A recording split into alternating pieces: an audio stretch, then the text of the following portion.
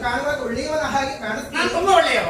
ಆಗ್ಯಪ್ಪ, ಹಾ. ಪರಿಚಯವನ್ನು ಕೇಳುವಾಗ ಹೇಳುವಂತಹ ಧರ್ಮ ಅಂತ ಇರ್ತದೆ. ಹೌದು. ನಿನ್ನ ಮುಖವನ್ನೇ ಕಾಣುವಾಗ ಅರ್ಥವಿಸಿಕೊಂಡೆ ನಾನು. ಹ್ಮ್. ಈ ಮನಸ್ಸಿನಲ್ಲಿರುವಂತಹ ಭಾವನೆಯನ್ನು ತಿಳಿದುಕೊಳ್ಳುವುದಕ್ಕೆ ಮುಖವೇ ಕೈಗನ್ನಡಿಯಂತೆ. ಹೌದು. ಒಳ್ಳೆ ಗುಣ ಇದ್ದವನು ಅಂತ ನೋಡಿದಾಗ ಅರ್ಥವಾಯಿತು. ನಾನು ಸುಗುಣ ಆಗಿ ನನ್ನ ಪರಿಚಯವನ್ನು ಹೇಳ್ತೇನೆ ನಾನು. ಆಯ್ತು. ಆದ್ರೆ ನಿನ್ನ ಬುದ್ಧಿಗೊಂದು ಪರೀಕ್ಷೆ ಈಗ.